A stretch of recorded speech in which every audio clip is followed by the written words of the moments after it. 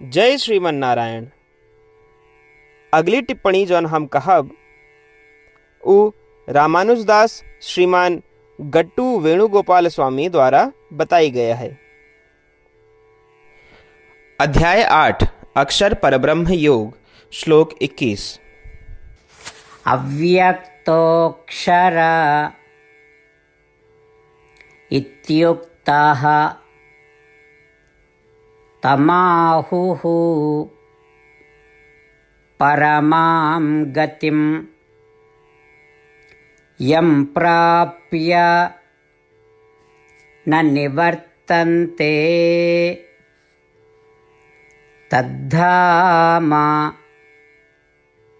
परमं मम। गीताचार्य श्री कृष्ण परमात्मा अर्जुन सहित हम सबका अक्षर परब्रह्म योग के शिक्षा देता है। परमात्मा कहता है, अर्जुन अब हम तो का बताओ कि जे लोग आत्मदर्शन या आत्म साक्षात्कार के फल चाहते हैं उनका हमरे शरण में आवे पे किस तरह के फल मिलत है। उनका जौन फल मिलत है उस शुद्ध आत्मा है। आत्मा इंद्रियों के लिए अगोचर है। आत्मा के शुद्ध रूप जेके प्रकृति से कोनो संबंध नहीं ना। शुद्ध आत्मा जौन की अविनाशी है जेका अक्षर कहत हैं। अर्जुन सभी वैदिक विद्वान कहत हैं कि आत्मा ही अंतिम गंतव्य है। काहे कि आत्मा जौन की हमरे द्वारा नियंत्रित है उस सर्वोत्तम है, एका सर्वोच्च स्थान कहा जात है।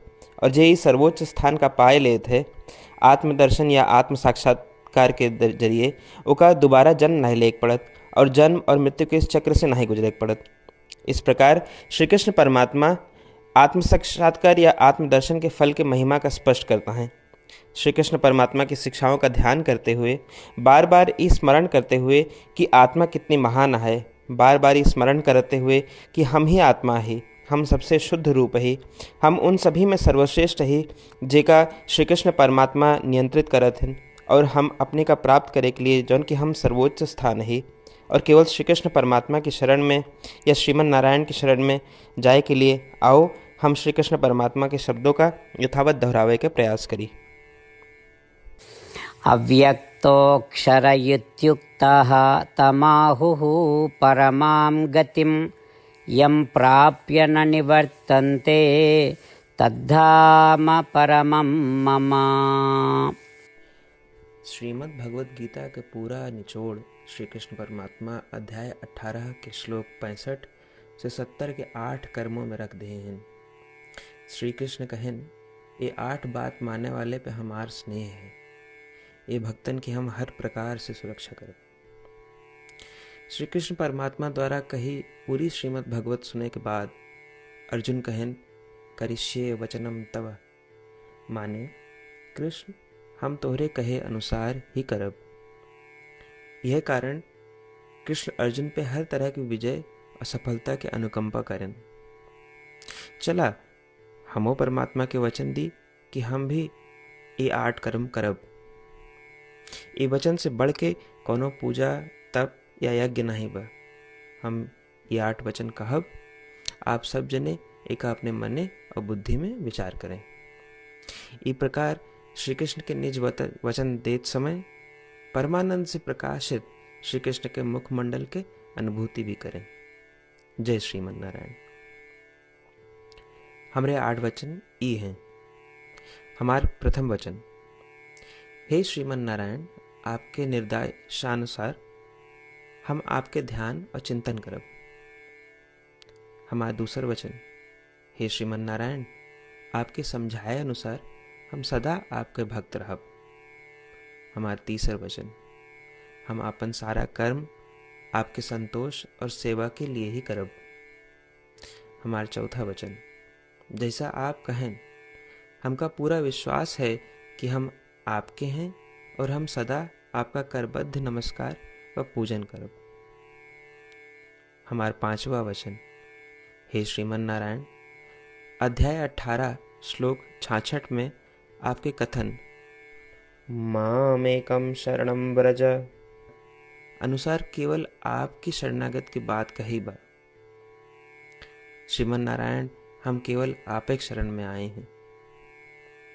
हमारा 6वां वचन, हे श्रीमन नारायण, अध्याय 18 श्लोक 66 में आपे कहे माँ शुचः, मैं आपके शोक न करे के उपदेशानुसार हम शोक न करब।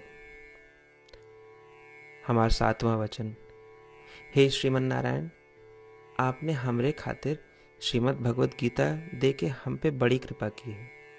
हम नियम से एक श्लोक रोज सुनब या पढ़ब।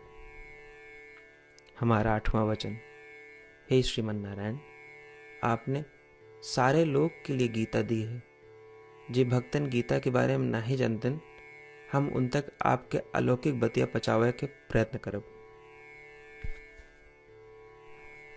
अभी हम परमात्मा से अपन 8 वचन बताए।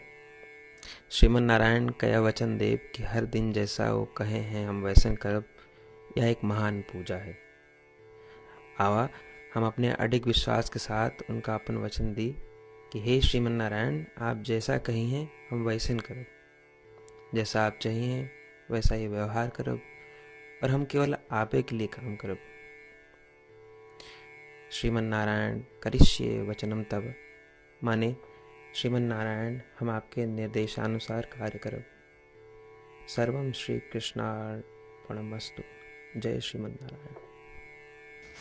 अव्यक्तोऽक्षर इत्युक्तः तमाहुः परमां गतिं